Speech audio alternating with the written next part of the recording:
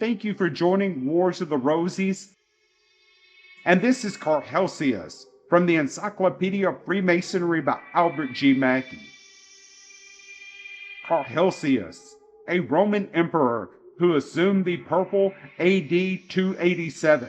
Of him, Preston gives the following account, which may or may not be deemed apocryphal, according to the taste and inclination of the reader. By assuming the character of a Mason, he acquired the love and esteem of the most enlightened part of his subjects. He possessed real merit, encouraged learning and learned men, and improved the country in the civil arts. In order to establish an empire in Britain, he brought into his domain the best workmen and artificers from all parts, all of whom, under his auspices, enjoyed peace and tranquility. Among the first class of his favorites he enrolled the Masons.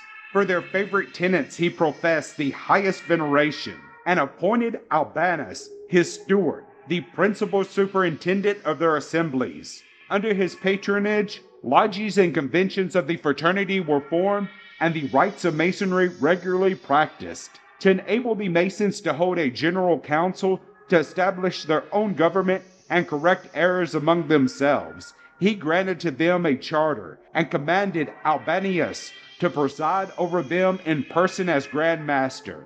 Anderson also gives the legend of Carausius in the second edition of his Constitutions, and adds that this is asserted by all the old copies of the Constitutions, and the Old English Masons firmly believed it.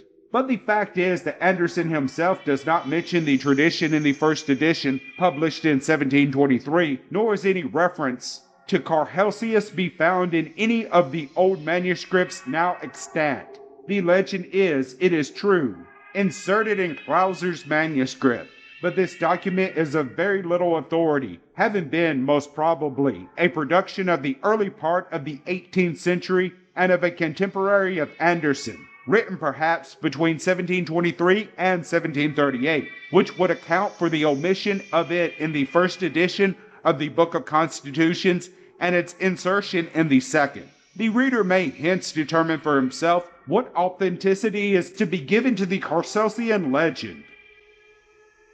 Thank you for watching, and please don't forget to share, like, subscribe, and comment. And if you can, please consider donating to Wars of the Rosies. Links to PayPal and Patreon are in the description. Thank you so very much.